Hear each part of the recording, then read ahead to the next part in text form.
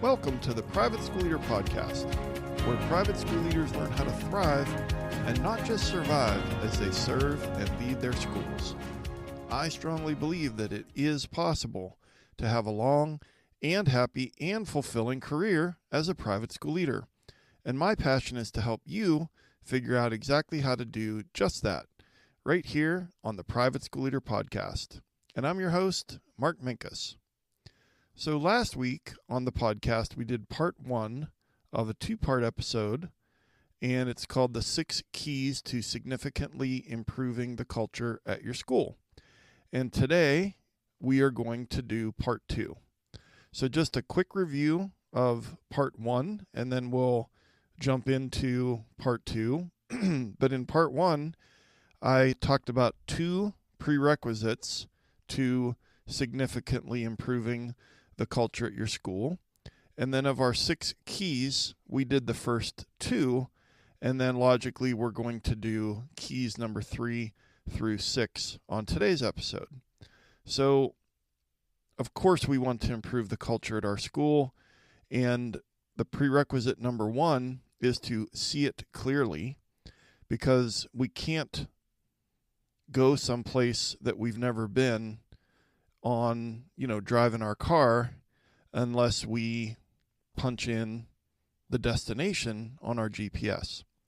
And so the way we're going to do that is with the 5 senses activity to clearly envision the ideal culture that you want at your school.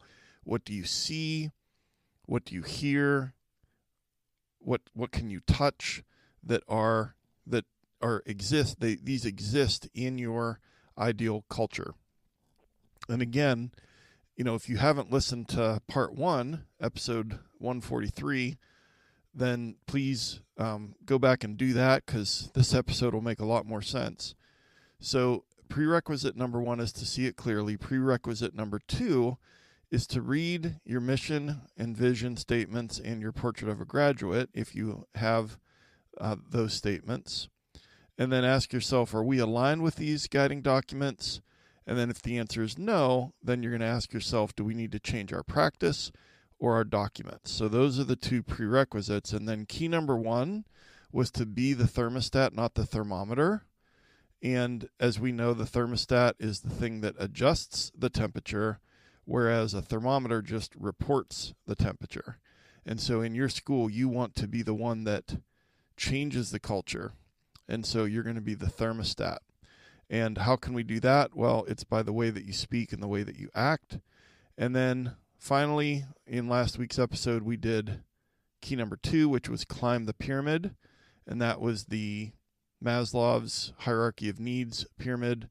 And the 2 ways that we're going to help our school climb the pyramid is by intentionally building psychological safety and a sense of belonging.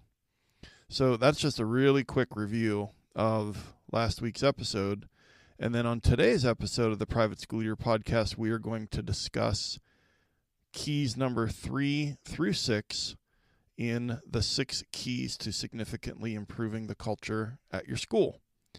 And just before we jump into that, I just wanted to remind you that as the August in-service approaches for your teachers, I know that in the South that it's coming very soon if you're listening to this in real time, and in California and Philly and Jersey and New York and other parts of the Northeast, you have a little more time, but regardless, it's coming. I always say there's a giant countdown clock that's invisible and only you can see it, and it hits 0 on the morning of the first day of teacher in service.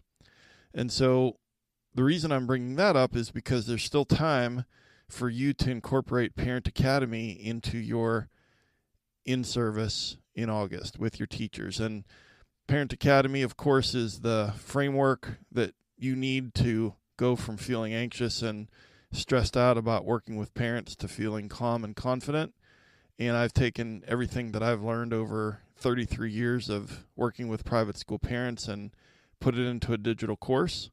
But the best part is after I teach you in the first 4 modules what you need to know to be more successful with parents, then I'm going to teach your teachers in 2 45-minute webinars with a printable notebook with guided notes and discussion questions. And so, again, you still have time to purchase that before Teacher in Service, and you can go to theprivateschoolyear.com/parent academy to check out everything that you need to know. And speaking of parents, I wanted to give you a free gift just to say thanks for listening to the podcast. And this is a free guide called 5 Strategies to Help You Work with Difficult Parents. And we know that it's part of the job, and most of the parents are great, but some of them can be really demanding and emotional and difficult. And as you think of the new school year that's starting in a few weeks or a month, I just want you to be well prepared and equipped for working with parents this year. And so you can grab this free guide at theprivateschoolyear.com/parents. That's the 5 strategies to help you work with difficult parents. Go to theprivateschoolyear.com/parents to grab that free guide. And thank you again for listening every week. So this is part 2 of the 6 keys to significantly improving the culture at your school. And so let's jump in with key number 3. Key number 3 is connect with deep purpose and meaning.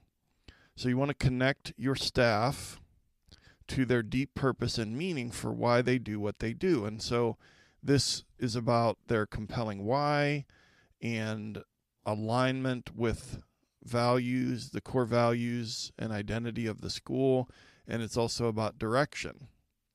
Because when it comes to connecting with the deep purpose and meaning, that's great that they feel connected, but then also it's your responsibility to make sure that there's a direction for all of this work and energy that they're expending. And so I want you to think about a sailboat for a second. I don't know much about sailboats, but let's just say that it's this beautiful sailboat and the sails are up and it's got a beautiful teak wood deck and everything is gleaming in the sunlight and it's just this gorgeous sailboat. And it has everything a sailboat needs. The sails are full, there's wind blowing, but what it doesn't have is it doesn't have a rudder. So again, I don't know much about sailboats, but what I do understand is that the captain's wheel kind of turns that rudder so that you can control the direction. So without a rudder, what you have is a boat that floats and a boat that moves because the sails are up and the wind will move that boat, but you can't control the direction. And so you, as the leader, as you build this culture that you have envisioned, one of the things that you can do to help people, to help with the direction that you want it to go, is to help your people connect on a deep level with why they do what they do. And it's like, here's a question for you. Are your teachers aligned with your school's purpose, or are they just surviving the school year? So let me ask you that again. Are your teachers aligned with your school's deep purpose, or are they just surviving the school year? Because here's the thing. When your teachers and your staff, when they understand why they are doing what they do and how their work fits into the larger picture, the larger story, then there's a shift in your school. And here's the thing. Your school very likely has a distinct, not just a distinct mission, but a distinct vision. And if you have a portrait of a graduate, like yours is different. I feel like private schools are like snowflakes. Like there's no two that are the same. And you could have a school, a Catholic K-8 Catholic school on this side of town and a K-8 Catholic school a few miles away on the other side of town. And there's going to be a lot of things that's similar, but there are going to be a lot of things that are different. And so your school is this beautiful, unique organism. But why are we here? Where are we going? And so, your school, I started to say about like how 2 Catholic schools across town could be different from each other. Like your school has this vision and mission, and it could be that you're faith-based, or that it's classical education, or that it's a university model, or a baccalaureate model for your high school. It could be that you're really school is based on the arts, or it's really based on outdoor education and getting dirty and experiencing nature. It could be STEM based. There's all kinds of different models out there for private schools. And so, as different as they are, it's sort of like, how do we get our teachers and our staff to connect with this deep purpose and meaning, that we want them to have that deep connection so that we can improve the culture at our school? Well, we have to answer the question, why are we here? And I don't mean as an existential question about why are we here, like on Earth, and what's the meaning of life. I mean, why are we here at school? And I really have found, and I'm strongly recommending to you, that you invite them into a story. And, you know, there's the power of story, and especially the hero's journey, where there's a hero who has a problem, who meets a guide. The guide gives them a plan, and the hero works hard and shows courage and resilience to overcome the obstacle by working the plan. And then there's this climactic scene where the hero is triumphant. Either the hero defeats the enemy, or the villain defuses the bomb, saves the day, gets the girl, gets that job, whatever it is in that hero's journey. Okay, so you're inviting them into a story where the student is the hero, and their obstacle is, their obstacle is in 2025 with all the distractions and AI and complexities around being a child or a tween or a teen today. It's like, how do they navigate that, get what they need in an academic sense, but more importantly, do it in a psychologically safe environment, make friends, have fun, have a good school experience. So if that's the obstacle of like, well, how the heck do we do that? The child is the hero. Then you're the guide. Your school is the guide, and give them the plan and the psychological safety and the environment. And that climactic scene, in my mind, at least the way I view it when it comes to students at my most recent school, is that the climactic scene is them standing up on the stage, getting their diploma, and going off to what's next, whether that's high school or whether that's college. And so invite them into a story. They, your teachers, have a front row seat for the transformations that take place at your school.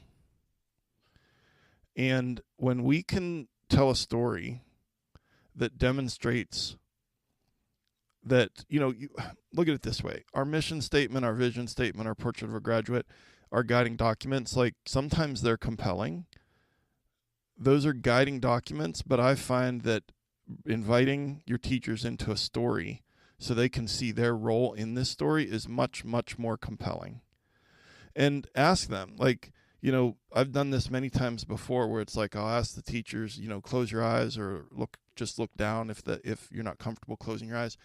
And I say, I want you to picture a student who, however many years ago, for me, it was like 4th through 8th grade at the Jewish day school that I was responsible for. And so I'm like, okay, I want you to picture a rising 8th grader, and I want you to picture them in 4th or 5th grade, and they were struggling academically, emotionally, socially, in a variety of ways. And now, as this rising 8th grader, they are, and you can fill in the blanks. They're on this team, and they're in the musical, or maybe the lead in the musical. They're the vice president of student council. They are confident in the classroom. They participate. They give presentations, so on and so forth. And this same child, when they're in 4th or 5th grade, you're like, oh, geez, I'm not sure they're going to make it. You and your teachers have a front row seat for those transformations. You want your teachers to be connected on a deep and meaningful level with their true purpose. Why are we here? is invite them into a story where the child is the hero and the teacher is the guide, and the school plays the role of the guide, and we're going to get them to that climactic scene, and we're going to do it with love and effort and connection and relationship building and empathy and all of the things that teachers do and do well. That's why we're here. We're here to create an environment. We're here to create an environment where those transformations can take place. So that's just one example of how you can invite your staff into a story to help them reconnect with their deep purpose and meaning, instead of, well, it's my job, or I work at school XYZ. It has to be more than that if you want this culture to grow into what you envision it to be. It can't just be about the paycheck. It can't just be about marking time and surviving the school year. It has to be that they're part of something bigger than themselves. And you are the chief culture officer. You're the thermostat, not the thermometer. And so this is a way, by inviting them into a story and helping them see their role in that story as a guide, this is a way that you can help them connect with their deep purpose and meaning. Okay, that's key number 3. Key number 4 is to intentionally improve teacher morale and empower your influencers. So I'm not going to spend much time on intentionally improve teacher morale, because I'm going to link a show in the show notes. I'm going to link a document that is called The 7 Secrets to Improving Teacher Morale. So the document can be found at theprivateschoolleader.com/episode 144. That's where you get the show notes for today's episode. I'll take good care of you there. But I will just read the 7 secrets, and then maybe that'll pique your curiosity to go and read that. And if you follow that plan, you can improve teacher morale at your school. So I'll just read through them, the 7 secrets. Number 1, meaningful work. Number 2, predictability. Number 3, support. Number 4, psychological safety. Number 5, fun. Number 6, accountability. And number 7 is celebration. So like I said, that, you're not going to glean a whole lot from just hearing a list of 7 words, but that document will be there for you in the show notes.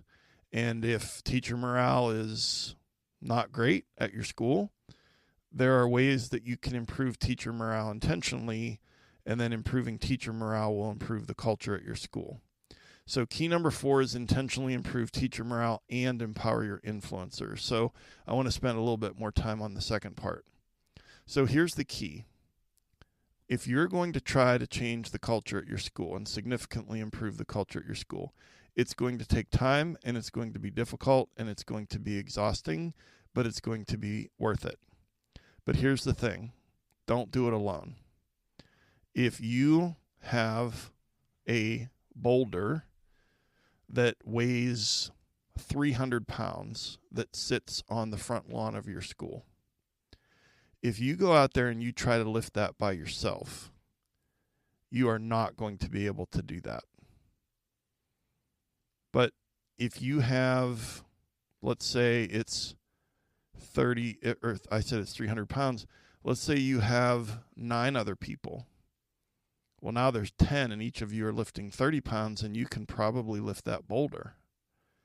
And so this culture, think about it from a physics standpoint, it's like your culture is this object that's at rest. And you know from physics that an object at rest will stay at rest unless an outside force acts upon it. And so to further that analogy, it's sort of like, okay, you have to use a lot of activation energy to get the thing moving, but you also know from physics that once the thing is rolling, you don't have to use as much force to keep it going because of momentum. But that initial lift, that initial push, that initial trying to move the culture in the right direction, it's going to take a lot of work. And so don't do it alone. I said last week, and I reminded you again this episode, that to be the person who can improve the culture at your school, you have to be the thermostat, not the thermometer. Well, I want you to build a team of thermostats. So let me tell you that again. I want you to build a team of thermostats at your school so that you're not the only thermostat. So where are my thermostats? Where are your thermostats at your school? Well, these are the influencers in your school. And there's a difference between having a leadership position and being a person of influence.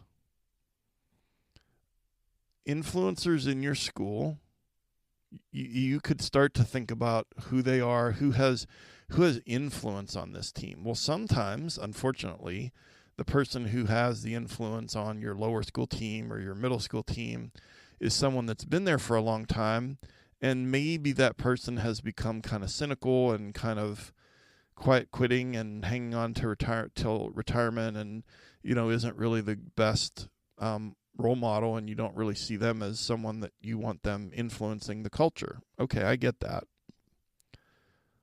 Well, then don't that person, even though they're an influencer, you don't want to tap them as a thermostat for changing the culture at your school. So you're thinking about people that are hardworking, eager, good attitude, got some school spirit, optimism and energy. I think if I just had to reduce it down to 2 words, you're thinking about your thermostats at your school, optimism and energy. Who are those people that come to mind? Those are your thermostats. And just like social media influencers, what they do is, because they have a lot of followers, when they use a certain product, let's say it's a skincare routine or it's a certain outfit, they're going to have a link to that outfit. They're going to have a link to the products in the skincare routine. And then those followers, because they're influenced by that person, they will likely buy that product, and that's how social media influencers make their money. Well, you have influencers in your school, and once you've thought about who are my thermostats, who are my people with energy and optimism, then share that vision with them. I would, if I were you, and I'm getting intentional about, okay, I want to improve the culture here, I would have a couple of conversations before with in my mind, thermostats, before I talk to the whole staff. Or if you decide you want to talk to the whole staff first and talk to them individually or as a group after, that's fine too, whatever you think is best. And just kind of be like, okay, I see in you the qualities of optimism and energy and your hard work and your enthusiasm, whatever it is that you see in that person. And you're like, this is my vision. Or you could say, yesterday at the meeting, I talked about my vision for the culture at our school. And, I want you to be a part of that. And it doesn't have to be formal. It's not like you're going to call, you don't even have to use the word thermostat unless you think that might be helpful. But the point is that you're asking them to help move this thing forward. And you're like, well, what do I ask them to do? It's like, well, just ask them to be themselves, but to apply that optimism and that energy towards the vision that you described. And I know that sounds vague, but I think they'll get it. And then you can just keep encouraging them when you see evidence that that's what they're doing. So I know that might sound a little like vague, but I think that if you just stop and think about, who are my people with energy and optimism, it will look differently for everyone as far as the way that you engage with people that you want them to be your thermostats. But hopefully that gets you thinking about how and who. And again, you don't want to do this by yourself, because it is hard and it takes time, and things that are difficult that take time, we tend to run out of steam, and then our discipline breaks down and we get discouraged, and then we stop doing the thing, whether that's weight loss or training for a 5K or trying to eat better or trying to stop a bad habit or just whatever it might be. It's always easier, and the research supports that it's more likely that you will succeed if you do it with one or more people. And so don't do it by yourself. We're going to empower our influencers, and then the other part of key number 4 is to intentionally improve teacher morale. Okay, that brings us to key number 5, which is engage in servant leadership.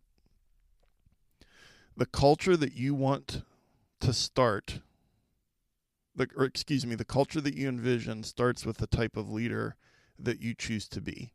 So since I murdered that, let me read that again. The culture that you want starts with the type of leader that you choose to be. You're the one that sets the culture, again, thermostat, but the type of leader you choose to be, that's the one that others will model their behavior after. And servant leadership, you know how I feel about it. I've done multiple episodes on it, but the 2 that I'll link in the show notes are episode 5, how servant leadership can transform your school culture, and episode 6, 10 things that servant leaders do. I believe that servant leadership is contagious. I believe strongly that it's the best leadership style. And how can servant leadership help you build a better culture at your school? Well, servant leadership, first of all, humanizes you as the leader, and it makes you more approachable and relatable and trustworthy. And so right off the bat, those are things that are super helpful when trying to change and improve the culture. And then number 2, servant leadership empowers your teachers. You're not micromanaging, but you're supporting them. Autonomy with accountability is big in servant leadership. And so you're empowering your teachers. And then the third way that servant leadership can help you build a better culture is that servant leadership builds loyalty. And here's the thing, when people feel seen and feel valued and feel supported, they stick around. And I know that it's hard to hang on to teachers, but it is a lot easier to build a culture when teachers stay. And, at the Jewish day school, when, I inherited a middle school that morale was low and things weren't the greatest, and we wanted to turn it around, and we did turn it around. One of the things that contributed to us being able to intentionally build the culture that we were able to build and that we enjoyed and loved, and it was fun to go to work every day. A lot of that had to do with the fact that we had very low turnover during a stretch of like 6 to 8 years in the middle school. So I'm not saying that you can't build and maintain a culture if you have turnover, but what I am saying is that servant leadership reduces turnover. Again, it builds loyalty, and when people feel seen, valued, and supported, they usually stick around and they thrive. And then the fourth reason why I think that servant leadership can help you build a better culture is that servant leadership models the values that you want to see in your students: humility, empathy, taking responsibility, having fun. We're going to talk about that in just a second. Being respectful, being kind, being helpful. You model the values and the behaviors that you want to see in your students and in your teachers, and you can do that by displaying servant leadership. And that brings us to key number 6, our final key in our 6 keys to intentionally and significantly improving the culture at your school. Key number 6 is to lean into traditions and school spirit. Lean into traditions and school spirit. So school should be fun, and school should have things that kids look forward to. School should be fun. School should have things that kids look forward to. So let's just think back to the beginning of the last episode, 143, where I was in the open, I was saying, you go to this conference and you go a day early, and in the morning you visit this big school, but something seems off. and it's just, there doesn't seem like there's joy. It doesn't seem like there's fun. Kind of teachers closing their doors, office staff not really greeting you. Kids seem to be just like kind of focused on where they're going next and not really engaging with each other. But then you visited that small school in the afternoon, and it was very different, and it seemed like there was joy and there was fun, and that there was, you were welcomed warmly, and the things that I described in that hypothetical situation. And the difference, of course, was the culture in those two schools, but the other difference is joy and fun. And I think that when you do that 5 senses activity, if you haven't done it already, that some of the things you're going to hear are laughter. You're going to hear excited voices. You're going to see smiles. You're going to see kids having fun. You're going to see teachers engaging with kids or vibing with kids in a way that is evidence of an excellent rapport. And so we want to have fun, and we want to have things that the kids know about that they're going to look forward to, because your traditions, I coach a client in Louisiana, and it's a huge thing that they have the senior clam bake. And I coach people all over the place, and there's all these different traditions. There's one school, more than one school, where the seniors, they get to paint the parking space in the parking lot. And, someone's really into superheroes, and so they paint, Spider-Man, or someone, this girl that was Elsa in Frozen the year before, it's a Frozen themed parking space. There are all kinds of traditions that we have in our school, and some of them are on the calendar, like the middle school dance. And when you're in 3rd, 4th, and 5th grade, you're really looking forward to the first middle school dance. Or there's another, I've heard of this at multiple schools, but where there's a little ceremony on the seniors' last day of classes where they have like this little torch. It's like probably made out of cardboard or whatever. And they actually pass it on to the juniors. They're passing the torch.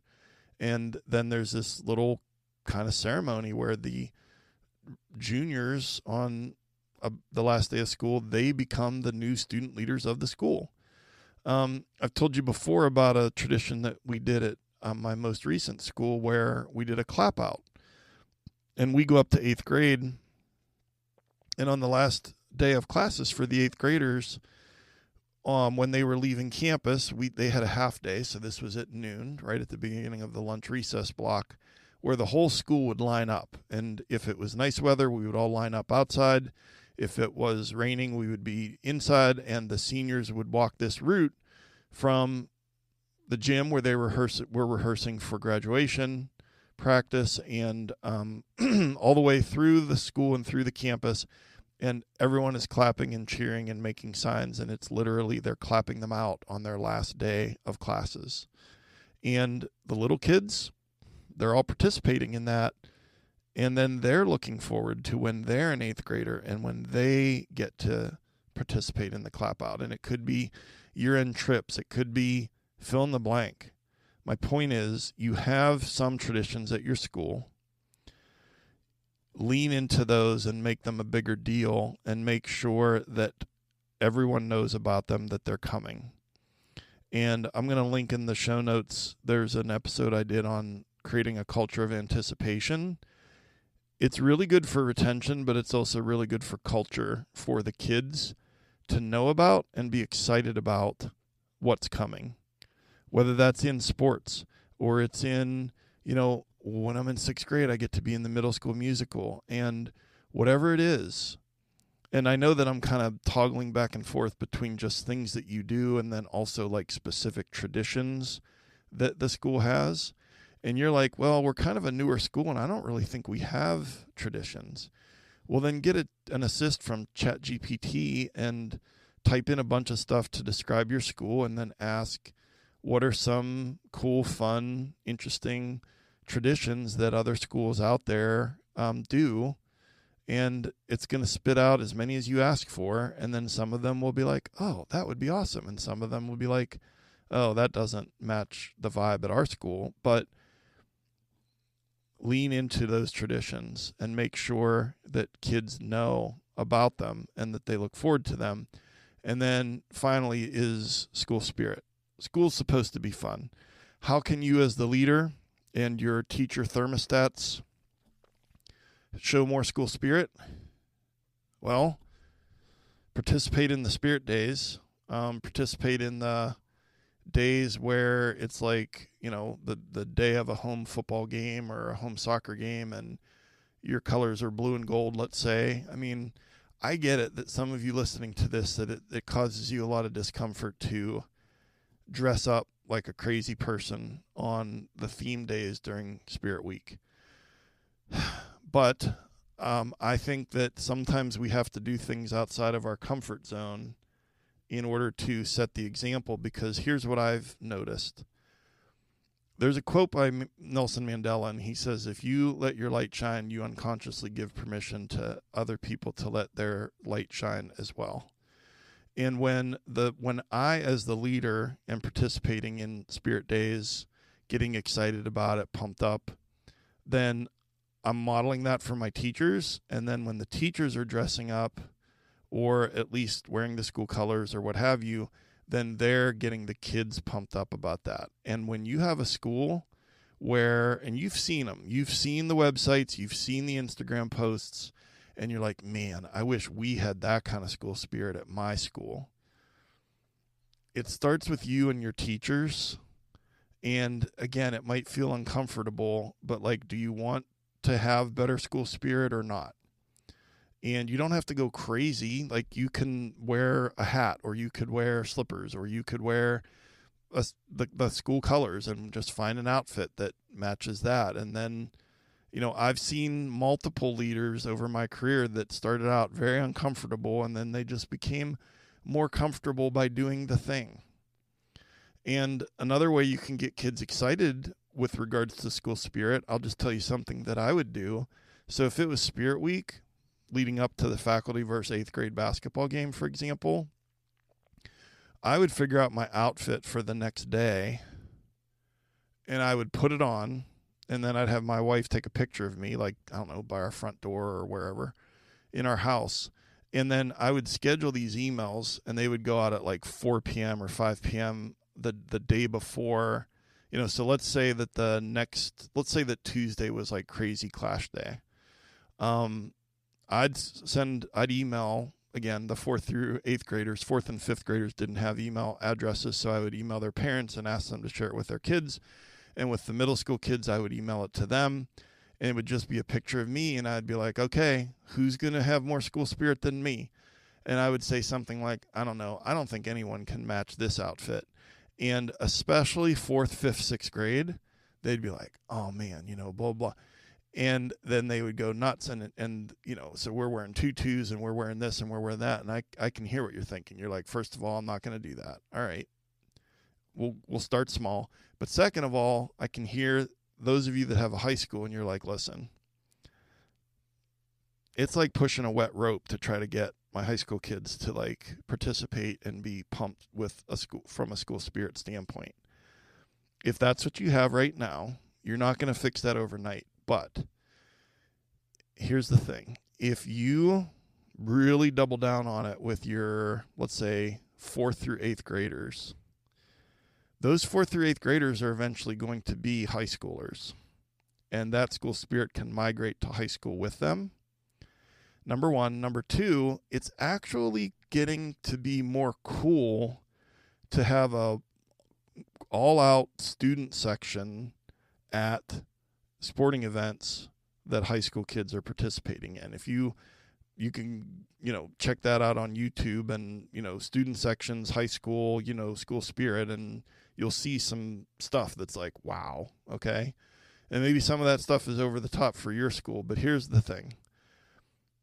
I am just a huge believer that school spirit plays a role in culture And it doesn't have to be just about the spirit days. It can be like on game days that here and there you have like a blue and gold day or a red and black day or whatever your school colors are. And even for you as the leader, it doesn't have to be about wearing, a crazy hat or a tutu or slippers. It can be about wearing the gear. I think that's another thing is that if your school doesn't have gear, that's something you definitely want to consider, because the parents are going to pay for it to buy it for themselves and for their kids. So there's a complexity around like the ordering and the sizes and the this and that, and I get that part. But if you can proliferate your school, your student body and your parent body with gear in your school colors with the school name on it, there's so many benefits. It's out in the community. It's tying together that sense of camaraderie and that we belong to this, we belong to something. And it just has a ton of benefits. So I know that I'm kind of beating a dead horse here about school spirit, but I do think it's a big indicator of culture. And then just to wrap it up, I want to just give you a quick pep talk. So we've talked about these 6 keys and 2 prerequisites. And that sounds like a lot because it is a lot. And I just want you to know that it's going to take time. It's going to take a lot of work. Your culture didn't get this way in 2 months, and you're not going to fix it in 2 months. Keep your eyes on the prize. That vision that you have, that you did that you did that 5 senses activity. And then don't do it alone. Build your team of thermostats. And if you just keep at it, you need a plan. You need a framework. So I've given you a plan. And now, if you want to do this, don't do it alone. Don't try to eat the elephant in one bite and recognize that it's going to take some time. But so what's the plan? The plan is the 6 keys to significantly improving the culture at your school. Prerequisite number 1, see it clearly. Do the 5 senses activity and clearly envision your school culture. Prerequisite number 2 is read the mission and vision and portrait of a graduate, and then ask yourself, do we align with this? And if the answer is no, decide whether you need to change your practice or change your documents. Key number 1 is to be the thermostat, not the thermometer. You set the culture. You don't just reflect or report the culture, the state of the culture. Key number 2, climb the pyramid. That's Maslow's pyramid, hierarchy of needs. You're going to do that through psychological safety and a sense of belonging. Key number 3 is connect with the deep purpose and meaning. And that's inviting them into a story and helping them see why are we here. Key number 4 is intentionally improve teacher morale and empower your influencers. So you're going to perhaps check out the resource that I have for you in the show notes about teacher morale, and you're going to find your thermostats on campus. And those teachers who have optimism and energy, those are the first place. That's the first place to look. Key number 5 is to engage in servant leadership. And then key number 6 is to lean into traditions and school spirit. And so your call to action today, there's actually a couple. So if you haven't done the 5 senses activity that I mentioned last week, a notebook, a quiet location where you won't be interrupted or unlikely to be interrupted, and you envision the culture that you want, and it's like you just start writing down, well, what do I see? What does it look like? What do I hear? What can I touch? What do I smell? What can I taste? And the more clear that it becomes, the more likely it is to happen. So call to action, if you haven't done the 5 senses activity, is to do that. And then just 2 tangible actions. Take the section on what you see and write down 1 tangible action that you can take, and then take the section on what you hear and write down 1 tangible action that you can take. We're just going to start small. 2 tangible actions you can take after you envision it. And again, the call to action, all of this, all the keys, links to episodes that I've mentioned, links to how to improve teacher morale, all of that is there for you in the show notes at theprivateschoolleader.com episode 144. And then a final reminder that Parent Academy could be a game changer for you. These 45-minute plug-and-play PDs could be part of your back-to-school teacher in service. And then the things that they learn could be a huge game changer during this upcoming school year. So go to theprivateschoolleader.com/parentacademy to check that out. And you still have time. And then another quick reminder, 5 strategies to help you work with difficult parents. This free guide, you can get it at theprivateschoolleader.com/parents. And if you would please share the podcast with another leader or rising leader at your school. And if you would please write a review and rate the podcast wherever you listen, then that pushes this out as suggested content to private school leaders all over the world. And I've been your host, Mark Minkus. I just want to say I appreciate you so much and the amazing work that you're doing for the lucky kids and teachers at your school. Thank you so much for taking some of your precious time to join me here today.